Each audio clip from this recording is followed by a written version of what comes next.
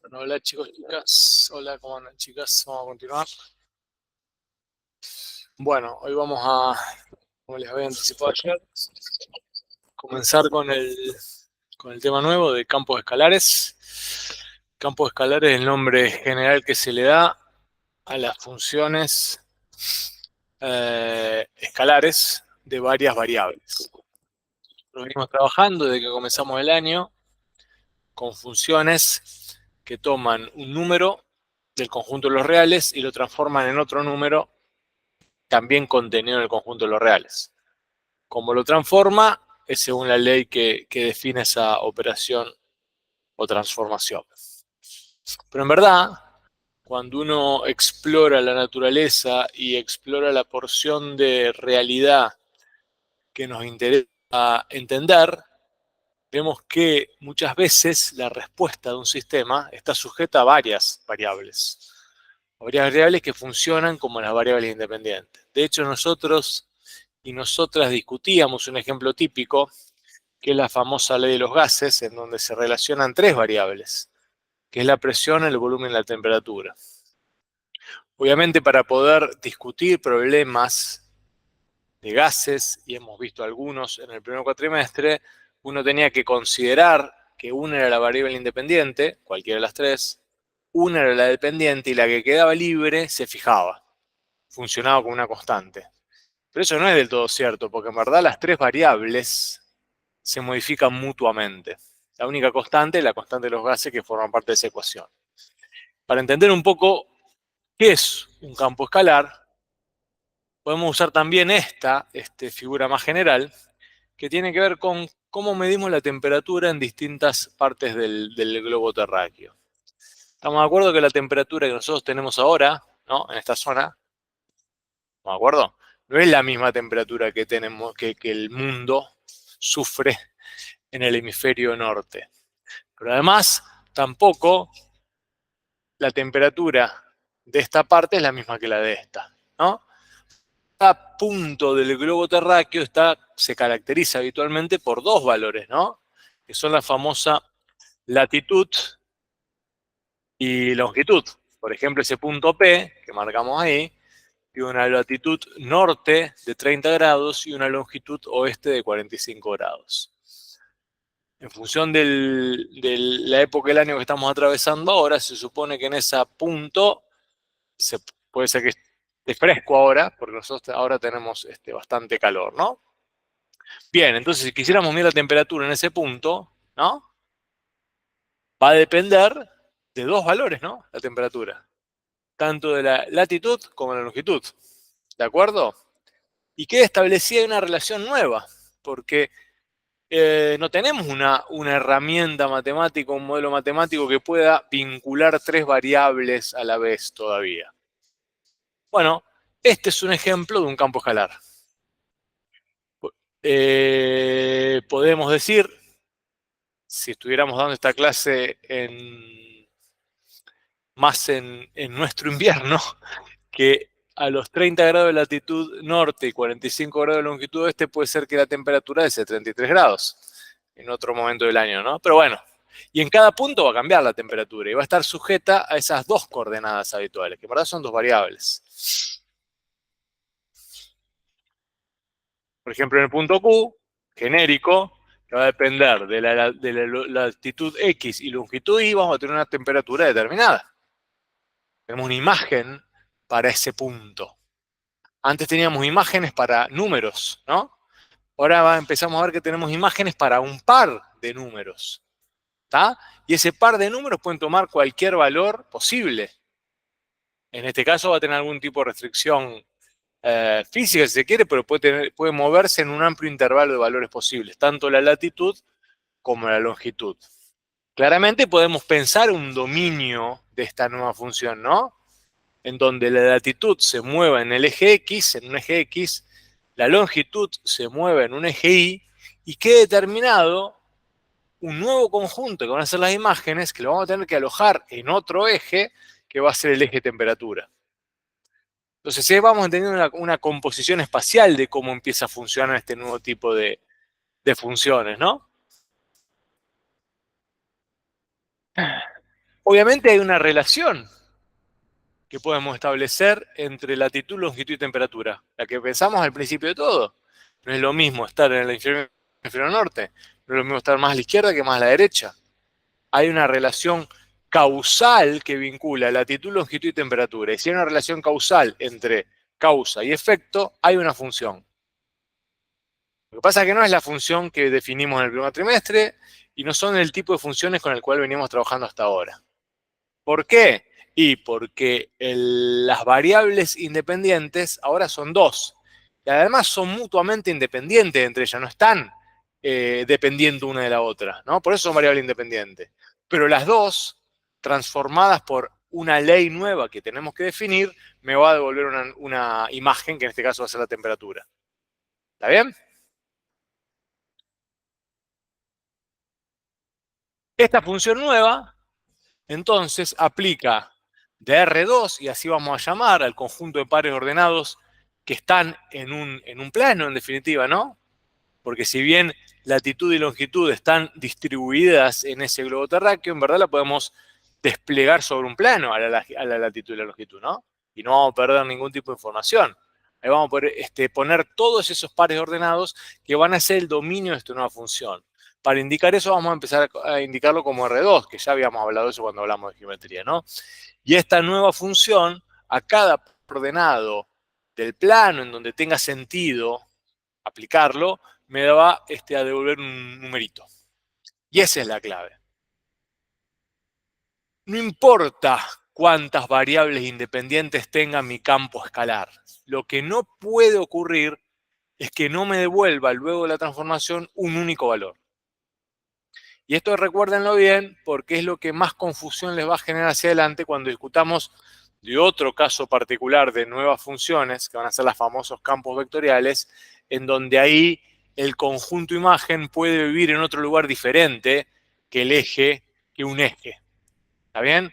Acá las imágenes de un campo escalar tienen que ser escalares, por eso se llama campos escalares. Las imágenes son escalares, son números.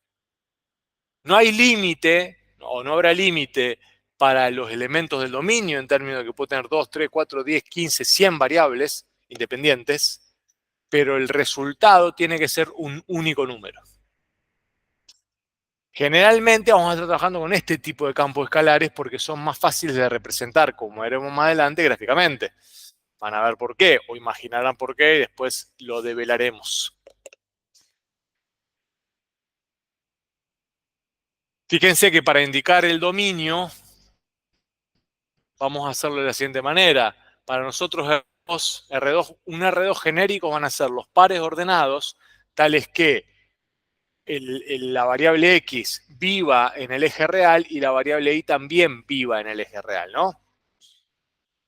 Habitualmente, para indicar ese conjunto, la forma más práctica de hacerlo es con un par de ejes ortogonales, ¿no? Entonces podemos decir que el dominio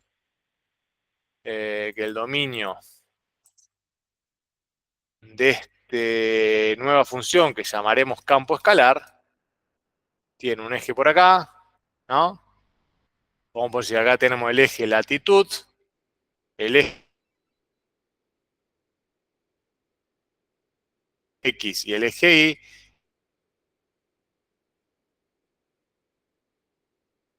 sobre los cuales voy a aplicar esta nueva ley que me da la temperatura. Cada par ordenado de cada longitud y latitud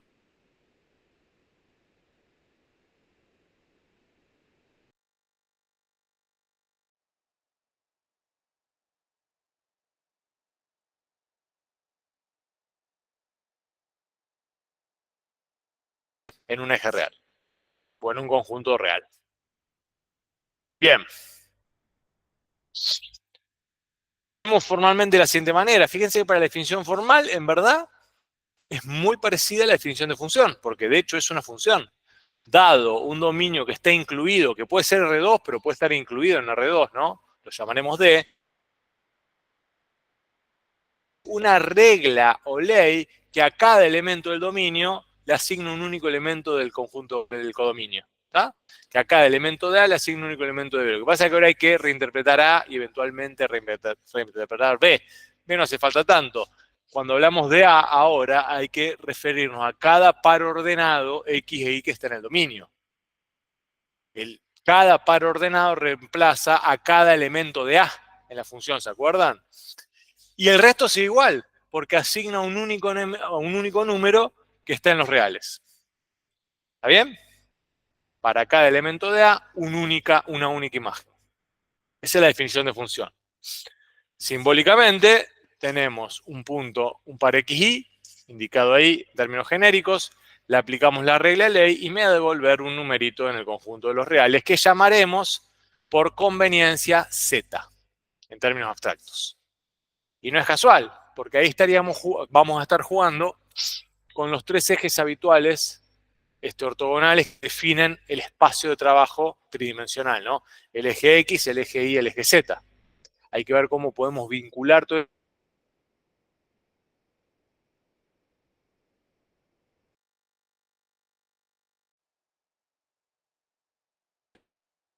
Me va a devolver para cada punto del plano, pi, me va a devolver un numerito que esté en el eje real Z. ¿Está? ¿Hasta ahí? No hay ningún dilema.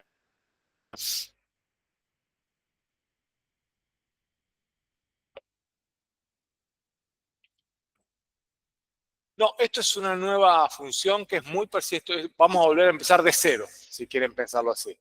Hay que definir una nueva función, un nuevo tipo de función, sobre las cuales después vamos a ver si es factible pensar la derivación y si sobre estas es factible pensar el concepto de integración. O sea que empezamos de cero. De nuevo. ¿Está bien?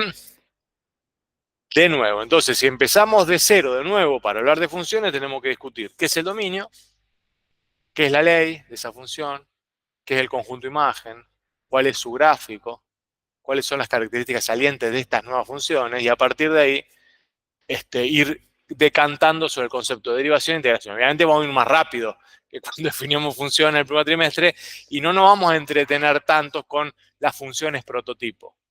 Vamos a sobre todo trabajar con dos estructuras de funciones típicas de los campos escalares y particularmente de la más sencilla que sería, entre comillas, la lineal. Ahora vamos a ver por qué. Porque cuando hablemos de un campo escalar lineal, va a ser lo mismo que vimos antes cuando cerrábamos Matemática 1 y discutíamos de geometría. Hay un objeto geométrico que es una representación gráfica de este tipo de campos escalares. Ahora van a ver cuál es. Bien. Los símbolos que vamos a usar son los mismos símbolos que usábamos para definir función, porque lo mismo, ¿no? Habitualmente al campo escalar vamos a llamar también con letras minúsculas, F, G, H y demás. El dominio lo vamos a indicar generalmente con una D, que está en R2. El conjunto imagen va a estar incluido en los reales, ¿de acuerdo? Y el gráfico, la representación simbólica, es idéntica a la de una función. Vamos de un conjunto, lo que pasa es que el conjunto de partida no es el eje real ahora, ¿no? Sino que es el plano. Esa es la gran diferencia. Pero desde el punto de vista simbólico estamos hablando exactamente de lo mismo. Es de hecho lo mismo. Y si uno fuerza la imaginación, queda claro que la función escalar de una variable es un caso particular de esto, ¿no? En donde el dominio, en vez de ser el plano, es un eje. Es como si yo considerara un campo escalar que está bien, que va de R2, ¿no? Que va de R2 a R, pero en vez de tomar los puntos acá, son todos los puntos que tienen ordenada 0. ¿Está? Ese campo escalar súper simplificado, en donde considero todos los puntos de ordenada 0, es una función escalar de una sola variable X, ¿no? Porque Y vale 0 en todo caso. Y ahí queda claro que la función escalar es un caso particular de un campo escalar. O sea que el concepto de campo escalar engloba el de la función escalar que nosotros discutíamos en el primer cuatrimestre. Bien. Presentado el nuevo objeto matemático, presentado simbólicamente, presentado sus elementos y qué papel juega cada uno, hay que avanzar en una mejor comprensión de, esto ya dije, de el dominio. ¿Por qué? Y porque, ¿se acuerdan la vieja discusión de dominio y dominio natural o dominio de definición de una función de una variable? ¿Se acuerdan que cuando discutíamos aquella vez, o cuando discutían con la persona que hayan discutido esto aquella vez, el dominio de una función escalar es todo un tema? ¿Por qué? Y porque según la ley puede haber restricciones de tipo algebraico en la definición de ese dominio, y si la ley está modelando un proceso físico, químico, biológico, va a haber restricciones también de tipo física sobre las variables, y también el modelo va a imponer unas restricciones extras. Todas esas cosas uno tenía que contemplarlas a la hora de poder definir el dominio natural de una función. Bueno, acá va a pasar lo mismo. Pero, ¿qué ocurre acá? Claro, el dominio que tenemos, la estructura algebraica de nuestro dominio es un poco más compleja, porque no es un eje. Ahora estamos trabajando sobre porciones del plano. ¿Cómo vamos a atacar el problema ese? Bueno, pensemos un ejemplito, entre comillas, abstracto, sencillo, pero que nos va a situar en cómo se va a presentar esta problemática en los campos escalares. Fíjense, el famoso ejemplo 1 dice, encuentren el dominio de la siguiente función que está ahí. Y después evaluemos o calculemos ese campo escalar en 3,2. Bueno, calcular el campo escalar en 3,2 es sencillo, ¿no? ¿Qué hay que hacer? Y 3 es el valor que toma la X, según cómo está definido. Y 2 es el valor que toma la Y, según cómo está definido este campo escalar. O sea que quiero evaluar cuánto vale este campo escalar para el par ordenado 3,2. Lo único que tengo que hacer es tomar la ley, y donde vea la X poner 3, y donde vea la Y poner 2, y eso nos va a dar raíz de 6. ¿De acuerdo? Bien. Acá empiezan los problemas. ¿Cómo encontramos el dominio de esta ley abstracta? La ley es abstracta, el campo escalar opera en el mundo de la abstracción. Por lo tanto, si sigo la lógica de matemática 1, la única tipo de restricción que tendría acá sería de tipo algebraico. Es decir, puede ser que haya pares de números o números que no puedan procesarse según esa cuenta que está ahí. Salta a la vista que hay un número que no puede entrar nunca en esa cuenta. ¿Cuál es? El más rápido. ¿Cuál? Claro, el 1 cuando vale X, ¿no? 1, 2 puede entrar, tampoco. El par de 1, 3 tampoco. Ahí empieza la complejidad extra. Porque uno piensa en la X, pero también tiene que pensar en la Y, porque está tomando pares ordenados, por un lado. Pero no es la única restricción que salta a la vista, porque ¿qué pasa dentro de la raíz? ¿El argumento de esa raíz puede ser negativo? No, ¿no? Entonces, ¿qué tenemos que pedir? Que lo que está dentro de la raíz sea mayor que 0. Claro, pero cada vez que pienso algo de eso, tengo que pensar no en números solos, sino en pares ordenados. Bueno, ¿cómo se ataca este tipo de problemas? Primero ordenando esas restricciones en algún tipo de sistema, porque van a ser siempre probablemente de a pares. ¿Qué teníamos que pedir? Lo pongo acá. Que x menos 1 sea distinto de 0, ¿no? ¿Está bien? Y además, ¿qué tenemos que pedir? Que x más y más 1 sea mayor o igual que 0. ¿Lo ven? Bien. ¿Qué tenemos ahí en ese sistema? Algebraicamente es lo que está ahí. Ahora, si le hago una vueltita de tuerca y empezamos a pensar que estas restricciones algebraicas están operando sobre un plano, en verdad esas ecuaciones bien podrían representar ¿qué?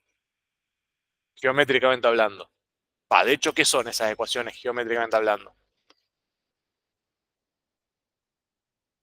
¿Qué es x igual a 1? Geométricamente hablando. ¿Todas pruebas matemática 2? ¿Todas pruebas matemática 1, perdón? ¿Todas las 4 pruebas matemática 1? Denme las libretas y le vamos a retirar el aprobado entonces. ¿Qué es x igual a 1? Geométricamente hablando. Una recta.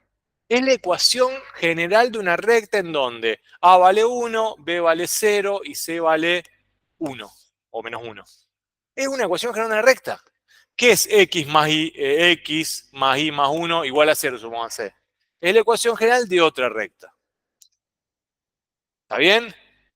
Lo bueno de trabajar con campos escalares que van de R2 a R, que todas las restricciones algebraicas en verdad se definen rectas, definen curvas fronteras de alguna manera, que van a separar regiones del plano en donde se puede aplicar la ley habitualmente y en donde no se puede aplicar la ley.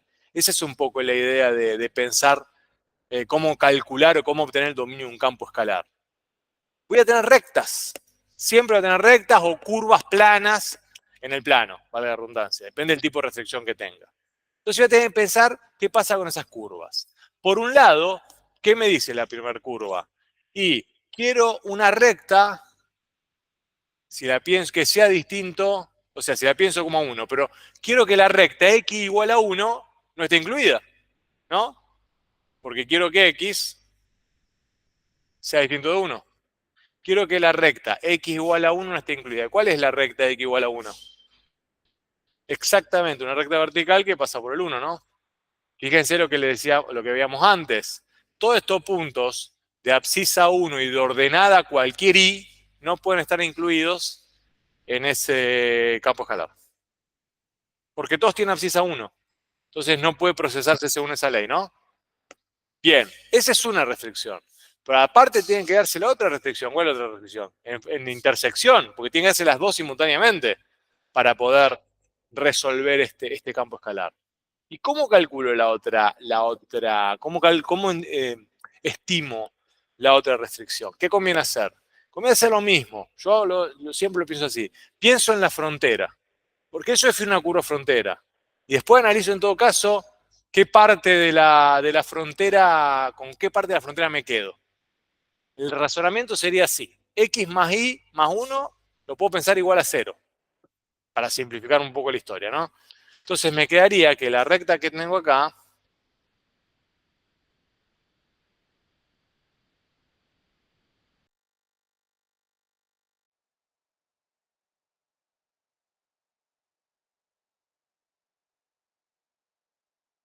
X menos 0 es menos 1, ¿no? O sea, ¿qué pasa por acá? Esta. ¿Está bien? ¿De acuerdo? La pongo punteada, pero en verdad no es punteada, porque ya veo que es menor o igual. O sea que los puntos que están ahí valen. Porque cualquiera de esos puntos que está ahí pueden ser procesados por la ley. Entonces lo voy a pintar. Estos puntos que están acá son parte del dominio del campo escalar, ¿de acuerdo? Menos, obviamente, este de acá. Este no. La duda sería, ahora, ¿con qué parte de la frontera me quedo, chicos, chicas o chicas? Es muy fácil de corroborar. ¿Qué tienen que hacer? La forma más fácil es o este punto o algún punto de acá. Pruebo con el 0, 0. El 0, 0. ¿Lo puedo procesar según esa ley? Sí. Me va a quedar, me va a quedar 0 más 1, la raíz de 1 sobre menos 1. Me va a quedar menos 1. Por lo tanto, el dominio es este. Sin, obviamente, la recta esa de ahí. ¿Se entiende? Todo menos la recta, esa que está punteada, ¿no? Ahora lo paso en limpio. Bueno, pero se entiende el razonamiento, porque este va a estar todo el tiempo dando vueltas. Generalmente va a ser este estilo de problemita o aplicado a alguna situación real, realista, o en términos abstractas. El primer desafío, y sobre todo de cara al parcial, porque esto va seguro, es esta interpretación. Es poder determinar el dominio de un campo escalar que esté sujeto a restricciones de tipo algebraicas y eventualmente a restricciones de tipo física, químico, biológica, si esto está presentado como un problema específico. Bueno, lo paso en limpio. Borro acá. Queda algo así. Entonces, el dominio son los pares ordenados de aquí que deben satisfacer simultáneamente esas dos restricciones, que es la que desplegué la llave, ¿está bien? Por un lado, que y sea mayor o igual que menos x menos 1, que es lo que resolvemos primero, y además que x sea distinto de 1. Entonces, por un lado tenemos esto, y por el otro teníamos el semiplano, que era este, pero después teníamos que sacar la restricción de esa recta, ¿no? Bien, y así sería la representación gráfica del dominio de este campo escalar.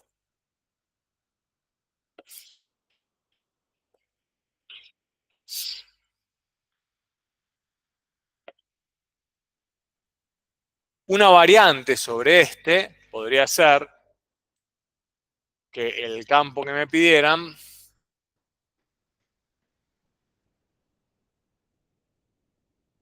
con muy poquito, bueno, lo puedo hacer acá nomás, sobre este mismo. Digo, porque uno dice, voy a buscar intersecciones de alguna manera entre rectas, pero puedo hacer esto, ¿no? Que x al cuadrado menos 1 esté en el denominador ahora. Y entonces, ¿qué tenemos que pedir? Que x al cuadrado menos 1 sea distinto de 0, que es lo mismo que pedir que x al cuadrado sea distinto de 1. Entonces, en vez de tener esta otra restricción acá, que x al cuadrado sea distinto de 1, ¿verdad? Ya aparece otra cosa acá. No me parece una recta de x igual a 1, sino que nos está apareciendo otra curva plana. ¿Cuál es? La parábola de x cuadrado igual a 1. ¿Y cuál es la parábola de x cuadrado igual a 1?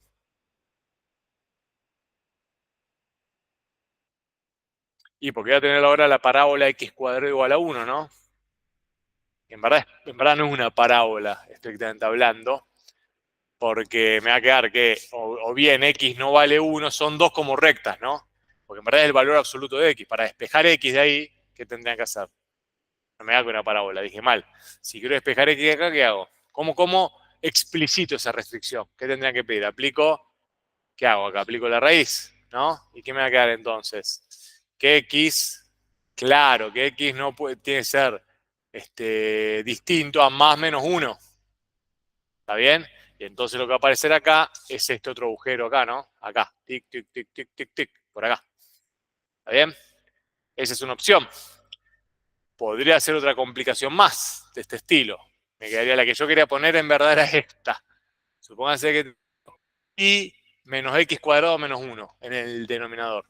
Es otro campo escalar, distinto. Pero ahora, ¿cuál es la restricción que tengo? Sigo teniendo la de arriba igual, ¿no? La del numerador sigue siendo la misma, pero lo que me pide ahora algebraicamente es que el denominador, eso sea distinto de 0, ¿no? Lo que tengo ahora es que tengo que pedir que y menos x cuadrado menos 1 sea distinto de 0, ¿no? Y ahí sí me queda una parábola, como una curva frontera, sobre la cual tengo que definir. Tengo que pedir, acá no, acá tengo que sacar la frontera, porque acá tengo que pedir que y sea distinto a x cuadrado más 1, ¿no? ¿Y quién es x cuadrado más 1? Bueno, x cuadrado más 1 es una cosa de por acá. Entonces tendría que sacar, bueno, todos estos puntos, ¿no? ¿Se dan cuenta?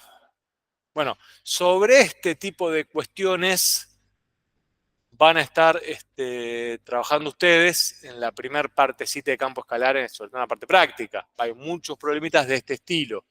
Cómo determinar dominios de campos escalares, sobre todo trabajando con variables abstractas. ¿Está? Pero son siempre similares. ¿Qué se puede complicar? Y se puede complicar un poco algebraicamente alguna curva que representar y demás, pero creo que lo van a poder resolver si se entendió la idea. Sin dificultad.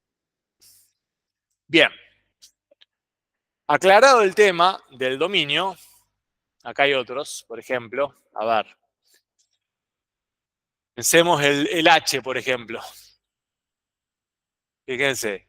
H es un dominio, es un campo escalar que aplica, que tiene dominio en una porción que está en R2, pero no es R2. Ya me doy cuenta que no es R2 porque hay valores que no pueden entrar de R2 a esa ley, ¿no?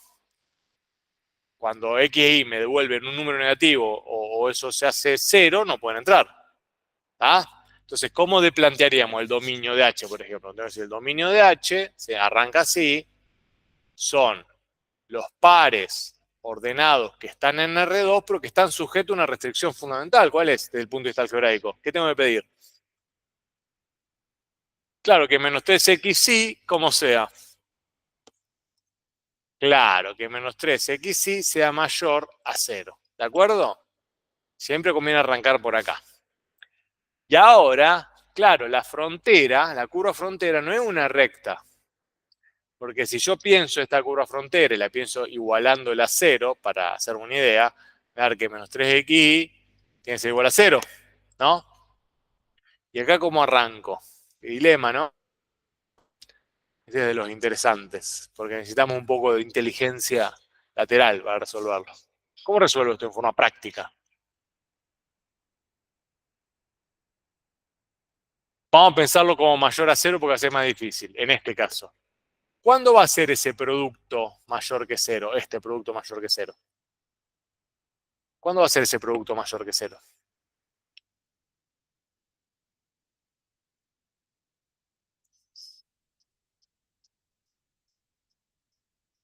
¿Cuándo ese producto va a ser mayor que 0?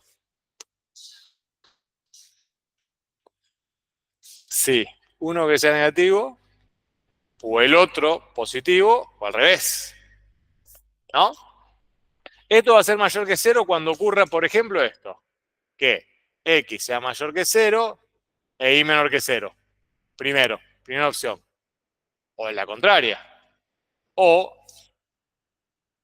y en unión, porque otra posibilidad que vale, este así y este así. Y hay una tercera. ¿Cuándo? ¿Hay una tercera? No, no hay una tercera. Ah, sí, hay una tercera. Dije bien, hay una tercera.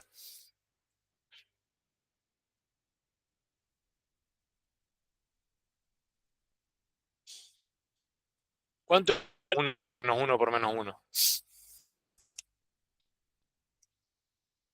Muy bien, entonces no hay una tercera. Gracias. Yo estaba mareado. No, no hay una tercera. Hay dos posibilidades. Hay dos posibilidades. Son esas dos que están ahí. ¿Está bien? Son esas dos posibilidades solas. Bien. ¿Cómo se encuentra? Es una unión de posibilidades, no una intersección. La intersección está acá. Estas dos se tienen que dar en forma de intersección. ¿Está bien? Pero también está esta opción válida. Y acá tengo una unión. Por eso le pongo un O acá. Acuérdense que la llave indica intersección de posibilidades y la O es la unión de esas dobles intersecciones, ¿no? Que tenemos acá. Bueno, entonces vamos de a pedacito. Voy a poner uno acá. Voy a hacer la primera intersección, la voy a hacer gráficamente y esta va a ser la segunda. ¿De acuerdo? ¿Cuál es la primera? Tiene que ser x mayor que 0 e y menor que 0. ¿Estamos de acuerdo que es este cuadrante? ¿Está acá? Sin incluir, obviamente, porque no puede ser 0, sin incluir el eje. Lo punteo así. ¿Está bien? Es ese que está ahí pintadito. Y cuando x es menor que 0 y es mayor que 0, es el cuadrante simétrico con el origen. Este de acá. Obviamente sin incluir los ejes. Ese es el dominio de ese campo escalar. ¿De acuerdo? Si me queda alguna incertidumbre o duda, pruebo. Tomo el menos 1, el menos 1, 1. ¿Entra la ley? Sí. Tomo el 1 menos 1, perdón, el menos 1, 1. ¿Entra la ley? Sí. Lo que no entra, hay que sacar acá, pero está sacado, ya es el 0, ¿no? Porque están sacados los ejes. Los ejes están todos sacados, ¿está bien? Generalmente se hacen punteaditos. Se los puntea para indicar que no forman parte del dominio. ¿Se entiende? Bueno, pensemos algún otro. A ver, pensemos el primero, que es un típico problema que les va a tener que hacer a ustedes pensar qué agujero van a tener que cubrir, sobre todo si no vieron bien la parte de geometría, de cónicas, sobre todo.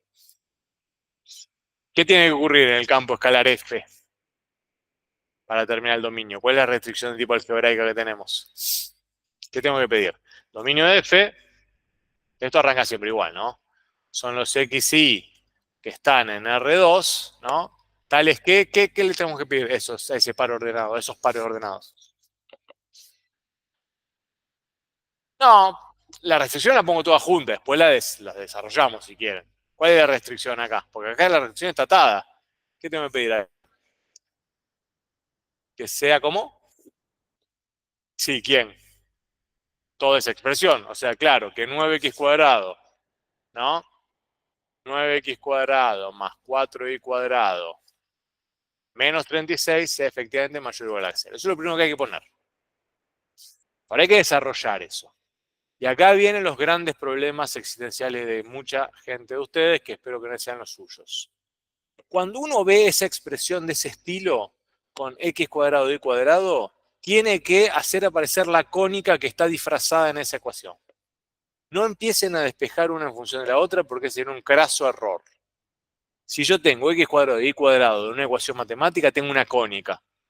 Si no está explícita, ¿cuáles son las cónicas? Circunferencia, elipse, parábola y hipérbola. Si los dos están en al cuadrado, o es una circunferencia o una elipse. ¿Está bien?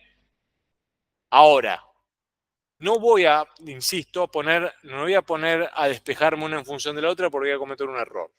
Tengo que recordar cómo transformar o cómo explicitar la cónica correspondiente según la expresión algebraica que tenga. Acá tengo que hacer aparecer una elipse, básicamente.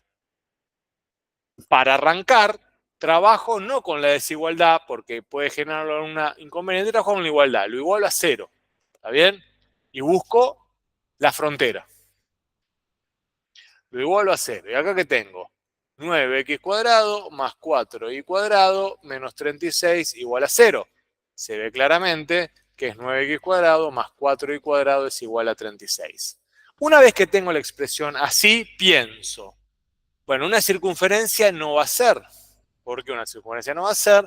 Porque para que sea una circunferencia, tanto el número que multiplica la x cuadrado como el que multiplica el cuadrado deben ser iguales. Y no lo son. Ya no es circunferencia. Recuerdo, y si una circunferencia tiene que ser una elipse. Bueno, ¿cómo es la ley, cómo es la ecuación general de una elipse? La ecuación general de una elipse es x cuadrado sobre a cuadrado más y cuadrado sobre a cuadrado igual a 1. Tengo que tomar eso y llevarlo a eso. De tal manera que haciendo las operaciones algebraicas necesarias, me aparezca quién es el a cuadrado, es decir, cuál es el radio menor o mayor, cuál es el radio en el eje X, y cuál es el b cuadrado, que sería el radio en el eje Y de la elipse, ¿no? La clave en este asunto es hacer aparecer el 1 del otro lado, ¿no? Para hacer aparecer el 1 del otro lado tenemos que hacer el cociente sobre 36, ¿no? A cada tal, ¿de acuerdo? Y esto tiene que, no digo memorizarlo, pero sí incorporarlo casi intuitivo y naturalmente. Con elipses vamos a estar trabajando mucho en esta parte de la asignatura. Por lo tanto, esto me va a quedar 9x cuadrado sobre 36 más 4y cuadrado sobre 36 igual a 1. Acá ya tengo el 1. Está bien, porque para obtener, explicitar la ecuación general de una elipse tengo que tener del otro lado el 1. Lo tengo. Lo que todavía no tengo bien claro es el a cuadrado y el b cuadrado. Para tener el a cuadrado y el b cuadrado tengo que tener en el numerador solamente las variables al cuadrado y todo lo otro lo tengo que mandar al denominador. Ingeniármelas para mandarlo al denominador. Ya hay algo que puedo hacer, porque 9 y 36 se simplifican, ¿no? 36 no es 4 por 9. Entonces acá ya me queda 1. Perfecto. ¿Y acá cuánto me quedó? 4.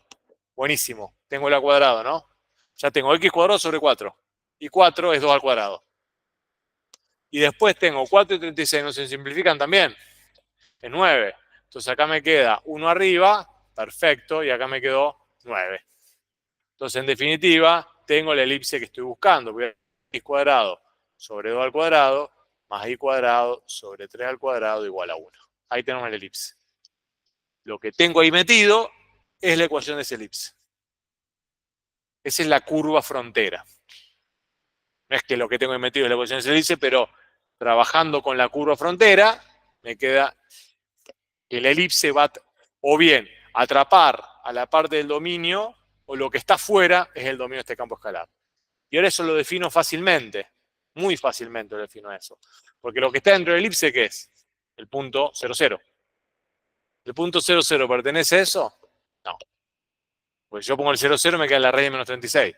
O sea que lo que es el dominio de este campo escalar es lo que está fuera de la elipse. ¿Estamos de acuerdo? ¿Cómo dibujo esta elipse? La elipse es muy fácil de dibujar, ¿se acuerdan? Ponen el radio de, en este caso menor, que es 2, en el eje X, ¿está bien? Y el radio mayor, que es 3, en el eje Y, hacen la elipse, y la elipse está incluida en el dominio, ¿no? Porque es mayor o igual. La elipse está incluida, y el dominio de este campo es todo esto. ¿De acuerdo? ¿Está bien? Claro, acuérdense que tienen que llevar, eso no se olviden nunca, tienen que llevar a la expresión de la elipse. X cuadrado sobre A cuadrado más Y cuadrado sobre B cuadrado igual a 1. Nosotros hemos llegado a que nos quedaba 9 sobre 36 y, perdón, sí, 9 sobre 36 y 4 sobre 36. Eso todavía no se parece a la expresión de la elipse, porque tengo que tener todo lo que es número en el denominador. Pero si vos simplificás el 9 y el 36, arriba te queda 1 y abajo te queda 4, ¿no? Y en el otro caso te va a quedar 2, 4 y 36, digo, arriba te queda 1 y abajo te queda 9, porque estás dividiendo por 4, ¿no? 36 dividido 4 es 9. En otro caso, ¿está bien? Y ahí te quedó bien la expresión, la ecuación general de una elipse. Vamos. Revisen el capítulo de cónicas, porque sobre todo circunferencia y elipses van a estar muy presentes, repito, insisto, en esta parte de la materia.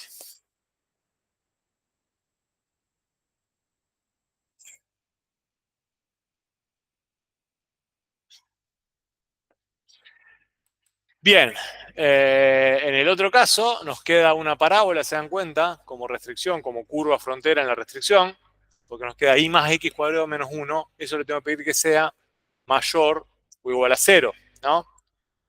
En este caso, ¿lo ven? Bueno, lo hago rápido, como para redondear, pero si quiero calcular el dominio de G, son los xy que están en R2, tales que tengo que pedir que y más x cuadrado menos 1 tiene que ser mayor o igual que 0, ¿no? ¿Está bien? Bien.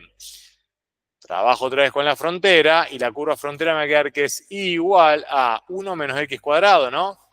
Esa es la frontera. Eso es lo que divide las dos porciones, una que es dominio y otra que no lo es. ¿Estamos de acuerdo? Bueno, hago el dibujo de esa parábola. Me queda y 1 menos x cuadrado. Sí, esto es menos 1, esto es 1 y esto es 1. Y acá puedo hacer la prueba fácil de siempre. Digo, el 0, 0 es, no, no es. Porque el 0, 0 no puede calcularlo, G, entonces lo que es dominio es lo que está afuera, ¿no? ¿Está bien? ¿De acuerdo? Sí.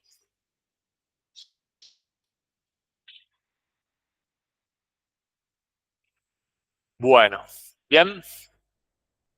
¿Y el caso de J? ¿Qué les parece? ¿Qué pasa con J? ¿Qué tienen que pedir en J?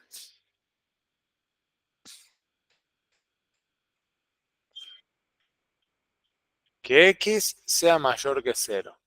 Y por más contraintuitivo que parezca, puede ser cualquier valor de Y, ¿no? Puede ser positivo o negativo Y. Porque vos querés que X sea mayor que 0.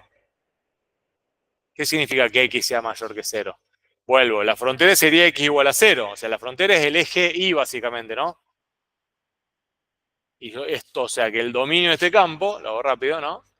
Este sería todos estos, sin incluir el eje, ¿no? ¿Está bien? Todos esos valores. Esos dos cuadrantes en donde X es positivo. Pero Y puede ser negativo. ¿Está bien? Perfectamente. No afecta en lo más mínimo. Generalmente cuando falta, así ahí voy, cuando falta, y esto recuérdenlo, cuando una variable no forma parte de la ley de un campo escalar de dos variables, es porque vale para cualquier valor de esa variable que falta. Y eso lo han visto en geometría. ¿Se acuerdan cuando ustedes tenían el famoso el plano X más Y igual a 3? ¿No? ¿Qué significa que X más Y igual a 3? Lo hago acá rápido. Ah, pero antes la pregunta tuya.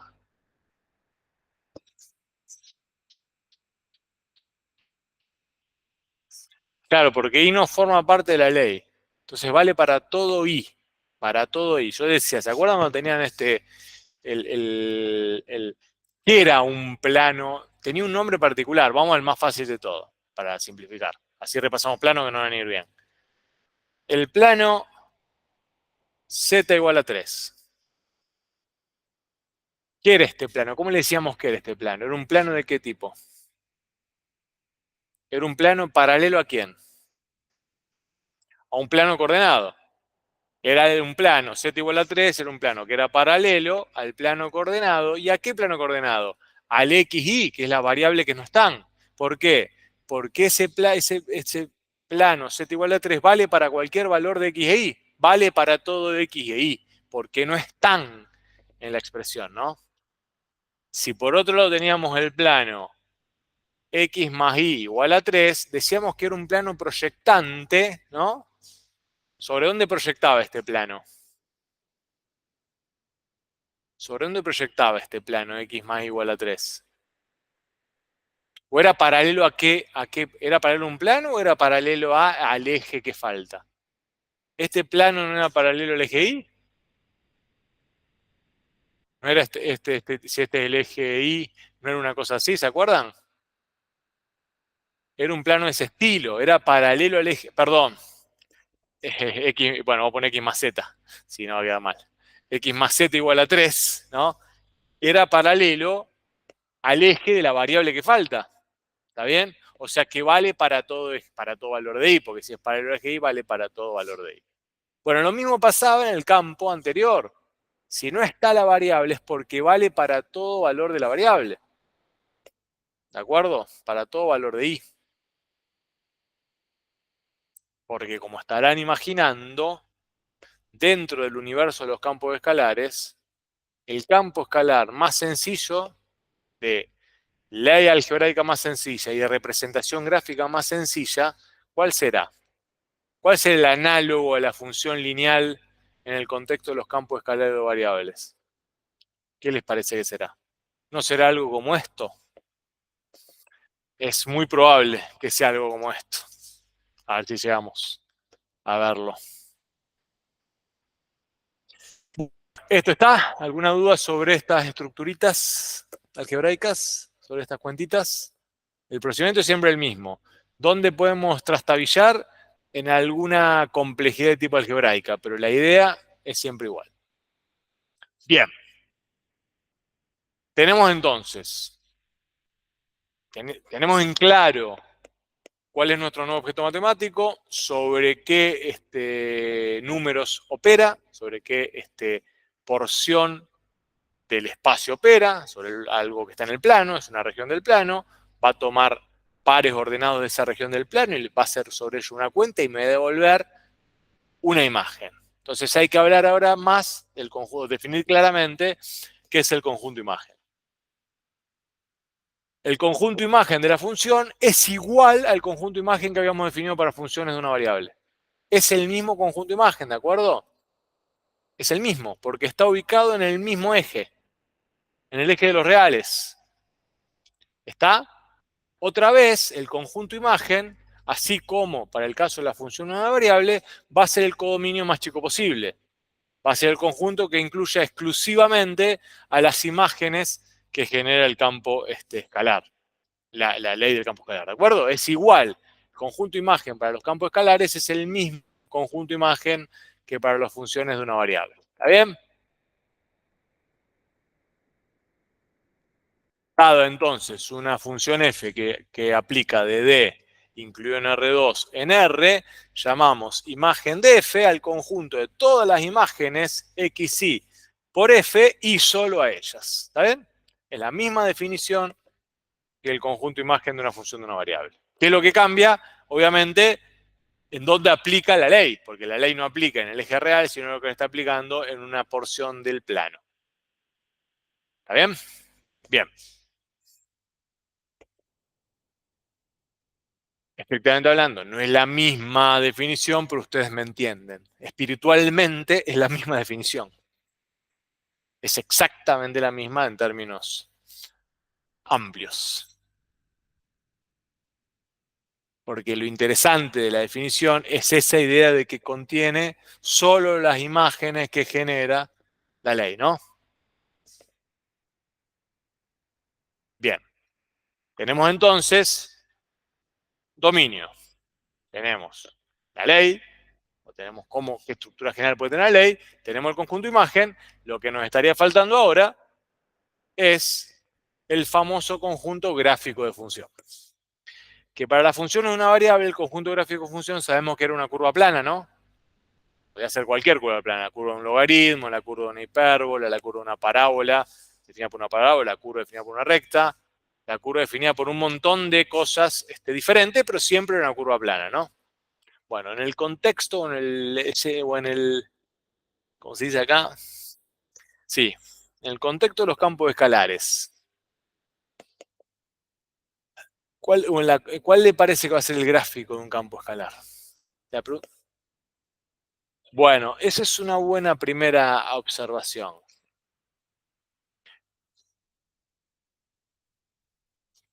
Primero, recordemos cómo se construía, porque por ahí va la historia, cómo se construía el gráfico de función en el contexto de la función de una variable. ¿Se acuerdan que el conjunto gráfico de función, para la función de una variable, eran los puntos que estaban en R2, tales que la abscisa de ese punto pertenecía al dominio y la ordenada de ese punto era la función aplicada a esa abscisa, ¿no? Era la imagen que me devolvía la función para esa abscisa. ¿De acuerdo? O sea que entre dominio e imagen hacían la curva, ¿no? En verdad la curva era la representación gráfica de la ley, básicamente, porque me decía cómo se vinculaban cada elemento del conjunto dominio con su imagen. Eso me dice la curva, ¿no? Según la curva es la ley que tengo y según la ley es la curva que tengo. Son análogos. Bien, pero todas esas ideas a la vez definían esa curva, ¿no? Por ejemplo, para la ley raíz de x. Bien, ¿qué es lo que cambia acá? Primero, que los números que están implicados en este nuevo escenario son 3, no son 2. ¿Por qué? Porque los elementos del dominio son pares ordenados ahora. Y vamos a tener entonces para la imagen como una tercera coordenada, que es la que se va a obtener a partir de la ley que va a estar representada por un gráfico que tenemos que ver cuál es, ¿no? Entonces, este escenario es parecido, pero cambia. ¿Cómo cambia? Hagamos los reemplazos del caso, ¿no? En vez de tener la primera coordenada, no voy a tener la primera coordenada. ¿Qué voy a tener? Ahí voy a tener el gráfico de la función, van a ser ternas ordenadas, no van a ser pares ordenados. ¿Y cómo van a ser esas ternas? Y bueno, en el dominio va a tener primera y segunda coordenada, ¿no? X e Y. Y la tercera coordenada que hace la terna, según la ley que esté aplicando y según el gráfico que resulte, va a ser la imagen del dada por el campo, pero va a ser una tercera coordenada que va a estar en el eje Z, o en otro eje real. Va a tener 3 ejes que convergen, ¿no? Para definir este nuevo objeto matemático. Lo que quiere decir entonces es que el conjunto gráfico de la función no van a ser pares ordenados, sino van a ser ternas ordenados, que vamos a indicar como punto P de coordenadas X y Z, que están en el espacio, porque van a estar en R3, tales que y que X e Y pertenezcan al dominio del campo, a D, y que Z sea la imagen que le corresponde a ese X y Y que uno va considerando. Ahí tenemos nuestra terna ordenada. Esa terna tiene que vivir necesariamente en el espacio. Tenemos tres coordenadas, ¿de acuerdo? Y ahí aparece la idea que plantea la compañera. ¿Cuál será entonces la representación de ese conjunto gráfico de función? Tiene que vivir en el espacio. ¿Está bien? Ahora, ¿nosotros somos el gráfico de un campo escalar? ¿Podríamos ser nosotros que vivimos en el espacio del gráfico de un campo escalar? ¿Yo podría ser el gráfico de un campo escalar? Pensémoslo. Si no hay alguna restricción a esa idea. O si no hay alguna contradicción. Si no quiere empezarlo conmigo, piensen en el termo ese negro, que es más fácil de visualizar por ahí. Ese termo negro puede ser la representación del gráfico de un campo escalar?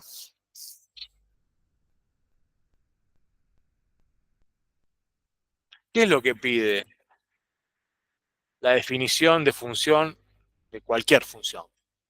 Vuelvo a la definición del principio. Porque yo siempre hago esta pregunta en el examen final de Matemática 2 y nadie me la contesta y me pone de muy mal humor y ya todo se empieza a poner no de la mejor manera. Es muy elemental lo que pregunto. ¿Cuál es la definición de una función?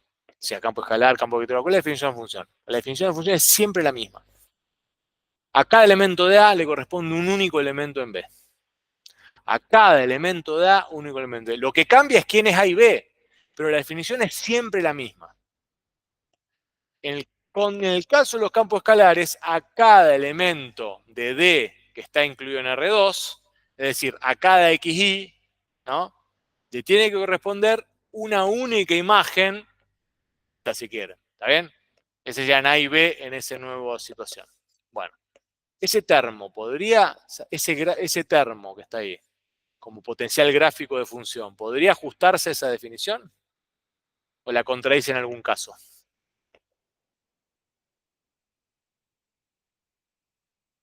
La pregunta que está ahí es la siguiente. ¿Puede ser un sólido la representación gráfica de un campo escalar? El sólido es un termo, un sólido, ¿no? ¿O lo contradice en algún término? ¿O en algún caso?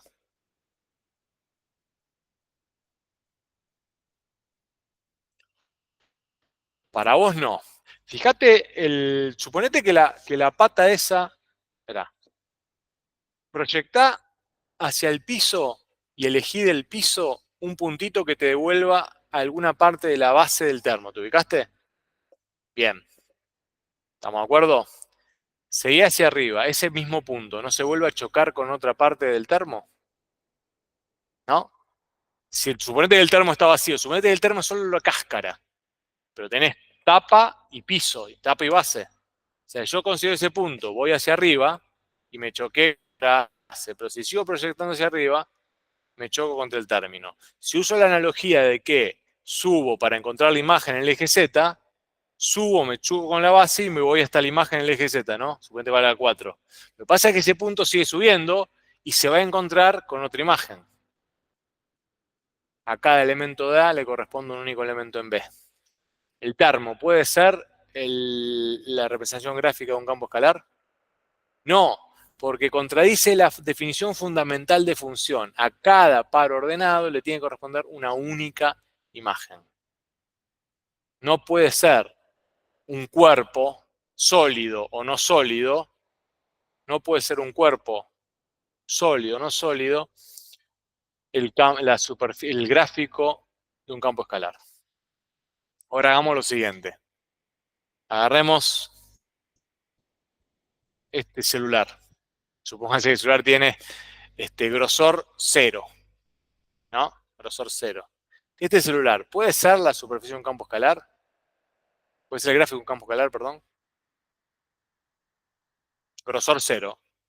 Si tiene grosor 0, sí, porque no hay ninguna contradicción. Yo busco todos los elementos que podrían, desde el XY, del plano, chocarse con esto, y hago la proyección perpendicular al eje Z, como hacíamos antes con la función de una variable, y no iba a tener ninguna contradicción.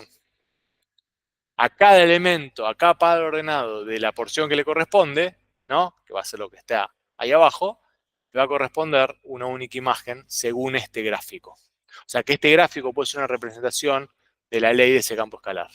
¿Está bien? Lo cual nos lleva a lo siguiente. De esas tres opciones, ¿cuál les parece que es la mejor, la que se ajusta al conjunto gráfico de función de un campo escalar?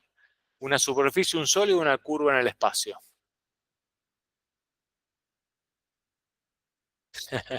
No, el celular es una superficie. Una curva en el espacio no contradeciría en principio. Pero una curva en el espacio es un caso particular de superficie. Porque una superficie de ¿qué? No, ¿cuál de las tres les parece que sería el gráfico del campo escalar? El sólido seguro que no es. ¿Está bien? Porque el sólido contradice la definición de cualquier función. La superficie, como el celular, puede ser perfectamente. Cualquier superficie, por más torsión que tenga, puede ser mientras no se cierre sobre sí. Porque si se cierra sobre sí mismo es como un sólido vacío que contradice la definición, ¿no? Es como una pelota. La pelota vacía tampoco puede ser una gráfica de un campo escalar, porque en al menos dos imágenes se van a repetir para un mismo punto. ¿Está bien? Ahora, la curva en el espacio, supóngase que yo hago la viroma está en el espacio, puede ser la representación de un campo escalar también. Pero la curva en el espacio es un caso particular de superficie. Una superficie de grosor cero, ¿no? Así como entraría en la superficie. Entonces, el nombre genérico, la forma genérica de los gráficos de los campos escalares son las superficies. ¿Está bien? Dentro de las superficies, la más sencilla, que obviamente va a estar asociada a la expresión algebraica más sencilla de los campos escalares, que es el análogo de la función lineal en el contexto de la función de una variable, es el plano. ¿Está bien? El plano es una función lineal. Lo que pasa es que es una función lineal ahora en dos variables, en x y en y. ¿Está bien? Bien. Que es, por ejemplo, lo que tenemos acá. Sería como el campo escalar más sencillo este, ¿no? Pensémoslo primero. Si quisiéramos determinar el dominio de este campo escalar, ¿tiene algún tipo de restricción? Si lo pienso en términos abstractos, el plano, ¿no es infinito? Nosotros dibujamos una parte del plano, pero el plano es infinito, por lo tanto el plano no tiene restricción. Esto no tiene ningún tipo de restricción. O sea que el dominio de este campo escalar F es R2. Es todo R2. ¿Está bien? Ahora, la imagen de este campo escalar, ¿qué va a ser?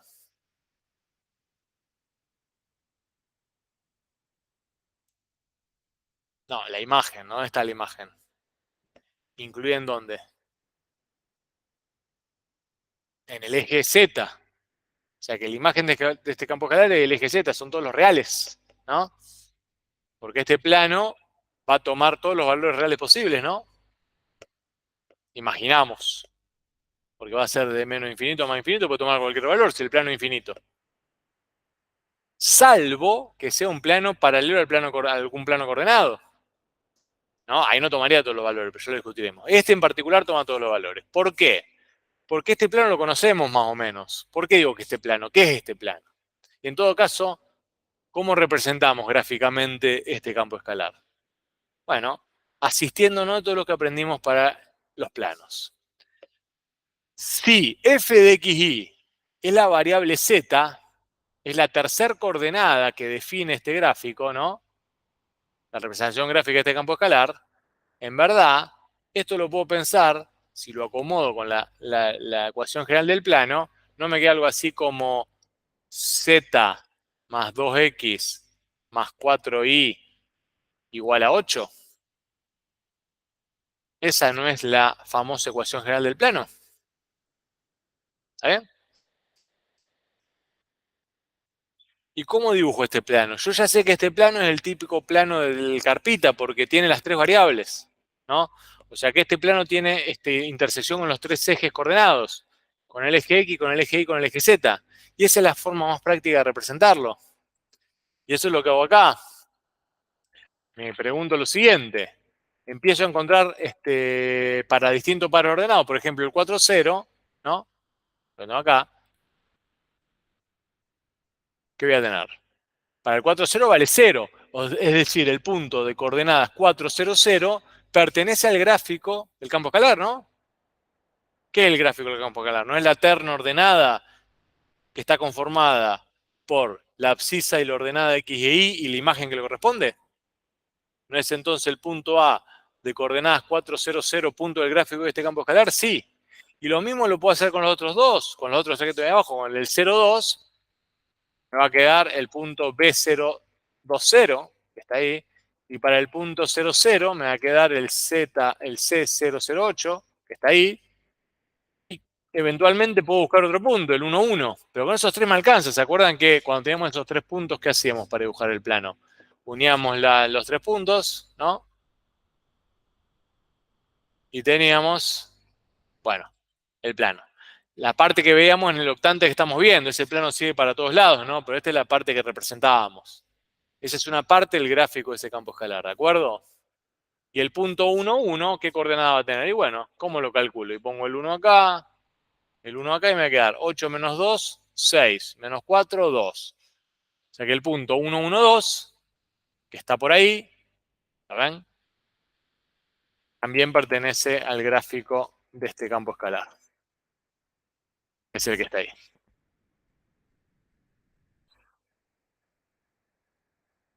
¿Está claro? ¿Se acuerdan cómo era esto?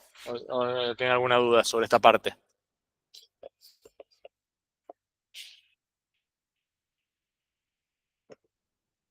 ¿Está bien? Por más que no tengamos toda la representación gráfica de este campo escalar, sabemos que el dominio es R cuadrado, ¿no? R2, perdón, R cuadrado no se dice. R2 es todo el plano. Claro, no se ve ahí, porque parece falsamente, daría la impresión de que el dominio es lo que está acá metido, ¿no? ¿Por qué? Porque cuando nosotros dibujamos el gráfico de una función, ¿se acuerdan que podíamos vincular el dominio y la imagen a través del gráfico? Que era muy fácil, por ejemplo. Si teníamos una cosa así, teníamos esta curva, sabíamos que el dominio era proyectar la curva sobre el eje X, ¿está bien? Y la imagen era proyectar la curva sobre el eje Y, y ahí tenemos el conjunto imagen. Bueno, en el contexto de los campos escalares puede pasar eso en algunos casos determinados, pero no, ojo, no se engañen, porque acá no estamos dibujando todo el campo escalar, ¿no? Estamos dibujando solamente una porción de ese campo escalar. Lo que no va a pasar mucho con los campos escalares es que no voy a poder representarlo de forma completa. Generalmente va a pasar eso. Vamos a estar siempre representando la parte del campo escalar que nosotros vemos. ¿Y cuál es la parte del campo escalar que nosotros vemos? La que está acá, en este octante, en donde X es positivo, Y es positivo y Z es positivo. En todas las otras variantes no podemos ver lo que está pasando. ¿Está bien? Entonces, por más que da la impresión de que solamente ese triangulito del dominio, no es cierto eso. Porque este plano, esta superficie, sigue para todos lados. Entonces toma todos los valores posibles. Toma todo R2 como dominio.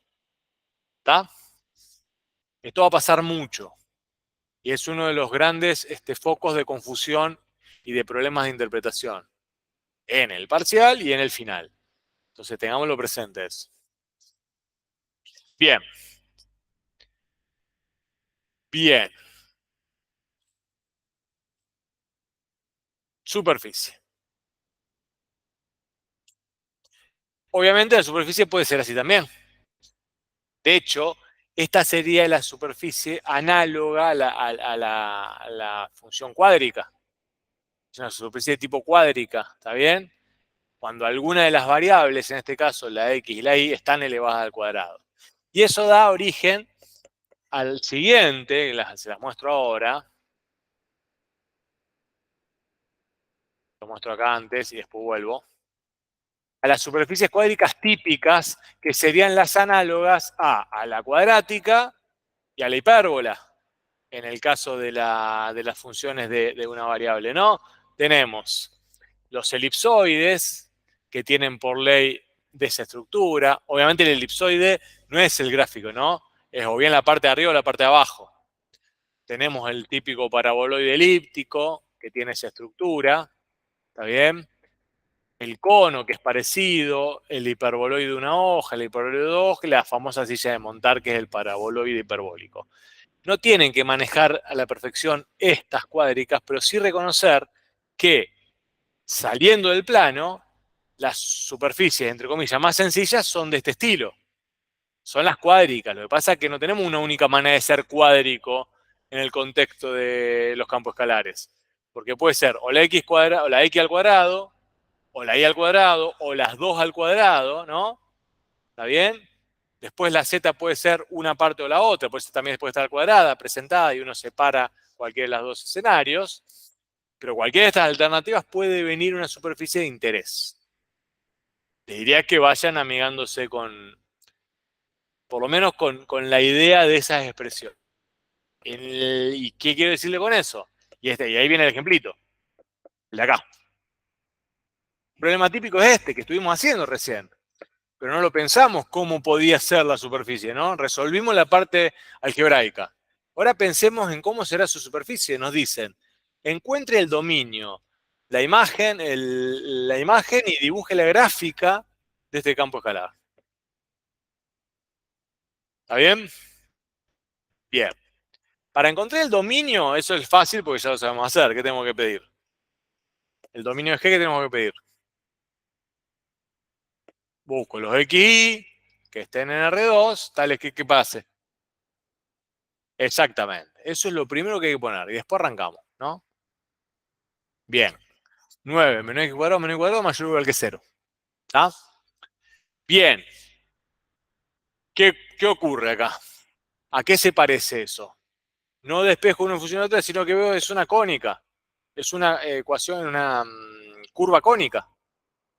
¿Por qué? Y porque tengo x cuadrado y el cuadrado. Entonces tengo que hacer la cónica correspondiente. ¿Y cuál va a ser? Como la x y la y está multiplicada por 1, tiene que ser una circunferencia. Me la ingenio para que aparezca. Primero escribo el igual para encontrar la ecuación, que es más fácil, más cómodo para trabajar. 9 menos y cuadrado es igual a 0. Acomodando muy fácil esto me va a quedar que x cuadrado más y cuadrado es igual a 9. Y esto ya se parece a la ecuación de circunferencia de radio 3, ¿no? ¿Se dan cuenta? Porque me queda x cuadrado más y cuadrado igual a r al cuadrado, que es 3 al cuadrado. Entonces ahí tenemos el dominio. Lo voy a hacer al dominio ya en una representación que me permite incorporar la tercera coordenada o el tercer eje para hacer luego el gráfico, ¿de acuerdo? Entonces ya lo pongo acá. Vamos a dibujar el dominio ya en el espacio para poder hacer el gráfico. Bien, ¿qué tengo que pedir entonces? Que x cuadrado más y cuadrado sea como mayor o menor que 3. Y me mareé, no me acuerdo, muy fácil de resolverlo. Pruebo. ¿El 0, 0 entra? Sí, entra. Entonces la parte de adentro, la circunferencia, incluida la circunferencia. 1, 2, 3, dibujo en el primer octante, entonces me queda este arco, este cuarto, ¿no? De circunferencia. Y el dominio que está dentro, ya lo pinto. El dominio que está dentro. Esto. Y ahora pienso, ¿cuál será el gráfico que le corresponde a esa ley? Fíjense, esto es z, ¿no? Z igual a la raíz cuadrada de 9 menos x cuadrado menos y cuadrado, ¿no? Si elevara z al cuadrado, para sacarme encima de la raíz, me va a quedar, ¿para qué hago esto? Para llevarlo a las cuádricas que vimos recién, que lo podemos usar como molde. Si lo elevo al cuadrado, ¿qué me va a quedar acá?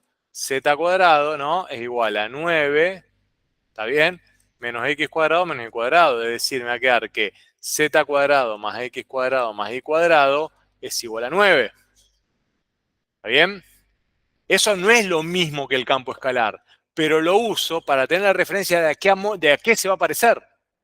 Y entonces, fíjense que lo que yo les mostré antes, acuérdense de esa ley, z cuadrado, esa expresión, que no es una ley, porque eso no es lo mismo que la ley, ¿no? Yo hice esa transformación algebraica para ver a qué superficie cuádrica me conduce. Y fíjense que se parece, acá miren, acá, fíjense que se parece a la primera, ¿no? A la primera. Z cuadrado sobre A cuadrado más Y cuadrado. Bueno, a esa, a la superficie esférica. X cuadrado más Y cuadrado más Z cuadrado igual a R cuadrado, que completa, tiene esa forma de una esfera, pero no la tengo completa. Porque yo le elevo al cuadrado, pero yo quiero la mitad, que es la mitad de arriba. Yo quiero la mitad, ¿no me acuerdo? Porque yo lo elevo al cuadrado para encontrar a qué molde se parecía. Pero yo lo elevo al cuadrado, pero en verdad, cuando arrancábamos, fíjate que no es el cuadrado, es una sola de las raíces. Es la parte positiva. Y porque es la parte positiva, porque si no hubiera arrancado así el problema, mirá, me hubiera dicho menos acá. Y era la parte de abajo. Pero acá me dijeron más. A eso viene la historia. Tengo que llevarla al molde, así sé qué dibujar. Y el molde tiene que ser alguna de estas. Después la llevo al molde y me quedo con la parte que corresponde. ¿Está bien? No es una elipse, bueno, una elipse donde A, B y C cada vez vale 3. Está bien, es lo mismo, pero una elipse de circunferencia, una circunferencia esférica. ¿Estamos de acuerdo? Todo lo que es cuádrico, cada vez que aparezca algo cuádrico en la guía de problemas o eventualmente en el parcial, llévenlo al molde y definan con el molde para tener una representación gráfica rápida, si no se van a volver locas para dibujarlo. Entonces, aclarado el punto, la cosa es fácil, porque es dibujar ese dibujito que está ahí, es hacer una especie de superficie por arriba, que generalmente se hace así, miren, ni siquiera se trabaja sobre este coso acá, ¿no? Se hace así y listo. Y esto vale, cuando todo vale 0, vale 9, ¿no? 3, perdón, porque es la raíz de 9, 3, y queda ahí. Eso es una buena representación. Se pinta todo, sí, de una forma que se entienda. Lo ideal sería diferenciar dominio de superficie. Ojo otra vez que lo que nosotros estamos representando ahí es un cuarto del dominio, pero el dominio sigue todo por acá atrás, ¿no? Porque el dominio es lo que queda dentro de la circunferencia de radio 3, e incluida o sea que el dominio es el círculo, ¿no? De radio 3. El dominio es el círculo de radio 3. Tal como está representado en el dibujito arriba, ¿no?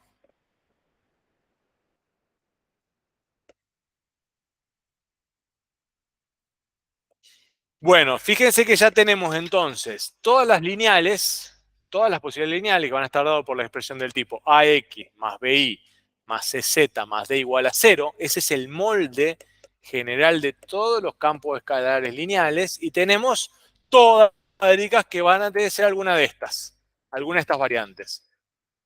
Alguna de todas estas son las cuádricas. Todas estas son las equivalentes a la parábola. O al AX, ¿se acuerdan cómo sería la ecuación general de la ecuación de segundo grado? AX cuadrado más BI cuadrado más C igual a 0. Y de ahí se iban armando todas las cuádricas posibles. Bueno, acá es lo mismo. ¿Bien? Bien, y esto es más o menos todo lo que vamos a ver de gráficos, de gráficos de campos escalares. Los gráficos más complejos no le vamos a pedir que lo hagan. Cuando digo gráficos complejos no le vamos a pedir que hagan gráficos de campos escalares que tengan logarítmicos, exponenciales, trigonométricas. No le vamos a pedir que representen eso. Eventualmente sí le vamos a pedir que hagan algún tipo de bosquejo. ¿Y cómo se hace un bosquejo en un campo escalar? Para hablar del bosquejo de campo escalar, que a veces puede ser útil para interpretar algún fenómeno, uno por ahí no necesita el gráfico bien preciso del campo escalar, pero necesita tener alguna tendencia gráfica para tomar una decisión. Para eso va a convenir agregar otros elementos a nuestro caja de herramientas teórica para poder ser más eficiente y no perder tanto tiempo. ¿Cuáles son esos elementos?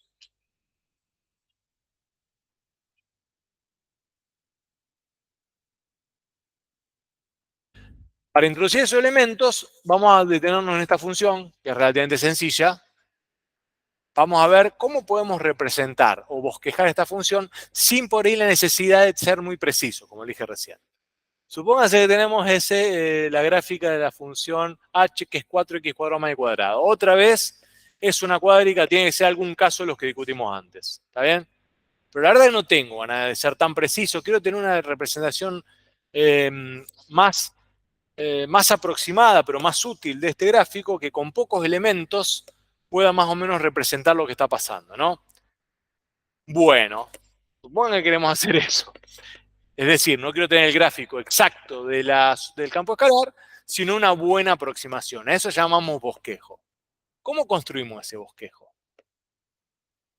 La forma más práctica de construir ese bosquejo, yo creo que está articulada en función de un concepto central. Lo anticipo hoy, y lo vamos a discutir con mayor precisión el lunes. No, el lunes no porque es feriado, va, sueto. El martes. Es a partir de dos objetos geométricos que hemos discutido mucho. De un objeto geométrico que hemos discutido mucho en Matemática 1, que lo vamos a volver a poner en consideración, que es el concepto de traza. ¿Qué es una traza? Una traza es una curva en el espacio, en R3, que para nosotros se va a obtener intersectando la superficie de un campo escalar cualquiera con un plano característico. En general, con un plano paralelo a alguno de los planos coordenados. ¿Está bien? Supónganse que tenemos acá, hago el dibujo del paraboloide elíptico este, ¿no? Que es ese. Alguien me lo dio. Fíjense, ¿no? Ese paraboloide elíptico, a mí en verdad, por X motivo, me puede interesar solamente cómo funciona la tapa de ese paraboloide, o qué está diciendo la tapa de ese paraboloide, ¿no? La tapa del paraboloide está arriba, ¿no? ¿Puedo tener una representación simplificada de esa tapa que no implique que yo tenga que tener la representación tridimensional del paraboloide? ¿Se le ocurre alguna idea? Claro, ¿puedo tener una representación simplificada de esa tapa que no sea esa cosa tridimensional pesada? Que yo pueda directamente ver lo que le pasa a la tapa, al contorno de la tapa y tomar conclusiones de una manera más precisa. Sí, en verdad la tapa, fíjate que es más que una parábola, ¿qué es la tapa? La tapa, vos estás viendo esto, la tapa es lo que está arriba. Claro, ¿qué es qué es la tapa? La tapa se parece más a una especie de circunferencia, ¿no? Claro, digo una especie de circunferencia. Bueno, ¿puedo quedarme solamente de una forma rápida, práctica, solamente con una circunferencia? Bueno, esa circunferencia que está ahí arriba es una traza. Una curva que pertenece vamos a definir así, vamos a definir como traza a toda curva que pertenece al campo escalar y se obtiene y puede obtenerse, para hablar con precisión, como la intersección de la superficie definida por el campo escalar con algún plano paralelo a algún plano coordenado o con un plano paralelo a algún plano coordenado.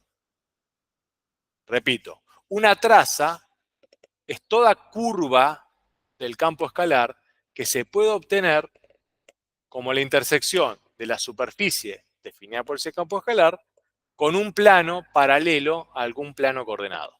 Parece rebuscada, pero no es para nada rebuscada y tiene todo el sentido del mundo. ¿Cómo obtengo entonces la traza que es la tapa de este paraboloide? Supónganse que esto acá vale 4.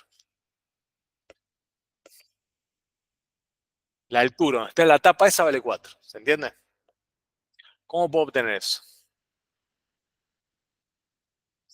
Sí, sí, perfecto. Una única corrección. La tapa no es una circunferencia, sino una elipse. Pero no importa, pues si no me va a quedar nunca. Bien, ¿cómo lo hacemos a eso? Lo que dice la compañera es, repito, la traza, definamos traza de campo escalar como toda curva del campo escalar, como toda curva que pertenece a la superficie, ¿está bien? Que puede obtenerse como la intersección del gráfico del campo escalar con un plano paralelo a algún plano coordenado. ¿Está bien? La compañera dice, esa curva que vamos a extraer como traza, porque me resulta de utilidad diagnóstica para decir algo de lo que está pasando, esa curva que voy a extraer como traza, la puedo obtener intersectando la superficie con este plano. ¿Se dan cuenta? Y lo que resulta de intersectar esa superficie con ese plano paralelo al plano coordenado de XY es esa elipse, que es una traza, porque pertenece a la superficie del campo escalar, al gráfico del campo escalar, pero se obtiene también como una intersección de esa superficie con un plano paralelo a un plano coordenado. ¿Y cuál es el plano paralelo al plano coordenado?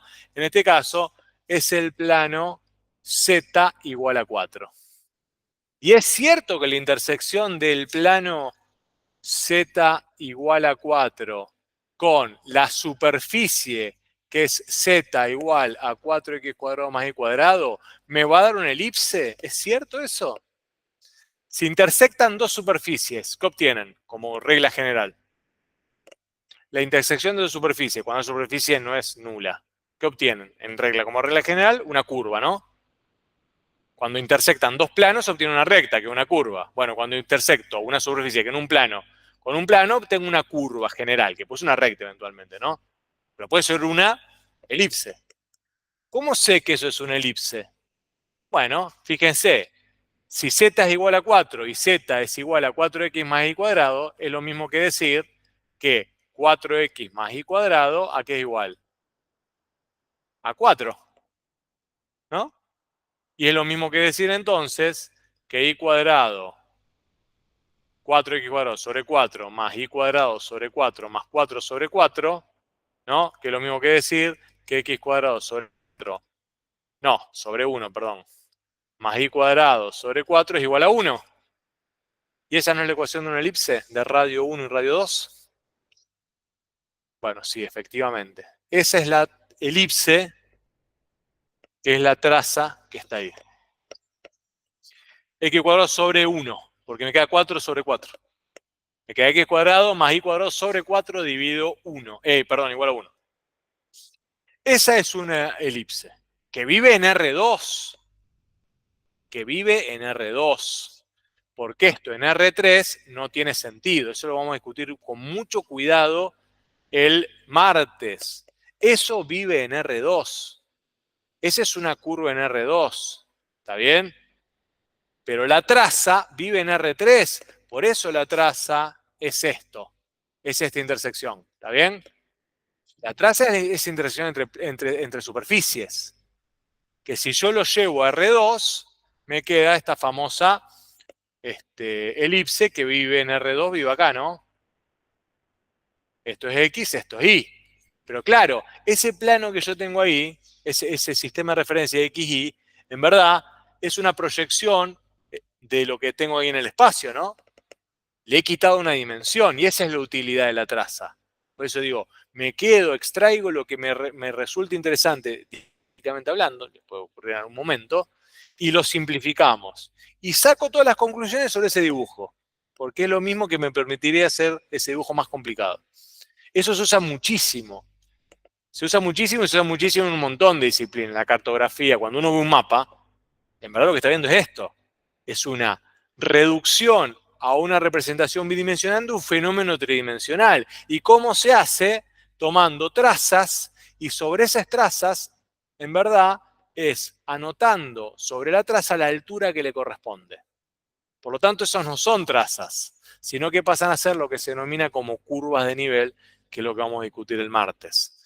La curva de nivel no es una traza, porque la curva de nivel se ha extraído de la representación tridimensional y se ha puesto en un plano. Para recordar la altura que le corresponde a esa traza, como en este caso 4, lo que se hace habitualmente, chicos, chicas, básicamente, es poner sobre esta curva, que ahora es una curva de nivel, le pongo la altura, C4.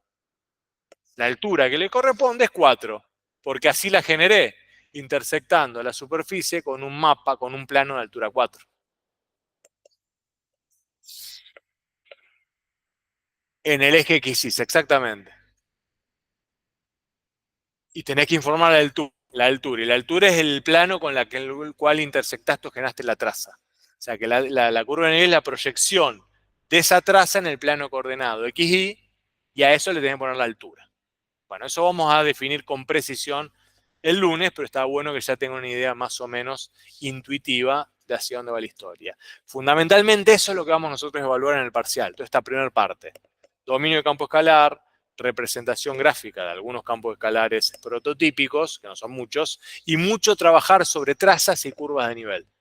Porque en las trazas y la curva de nivel, que es una forma mucho más práctica de manejar toda la información que propone un campo escalar, uno puede sacar las conclusiones que quiera. ¿Está bien? Son muy útiles en todo sentido. Sí.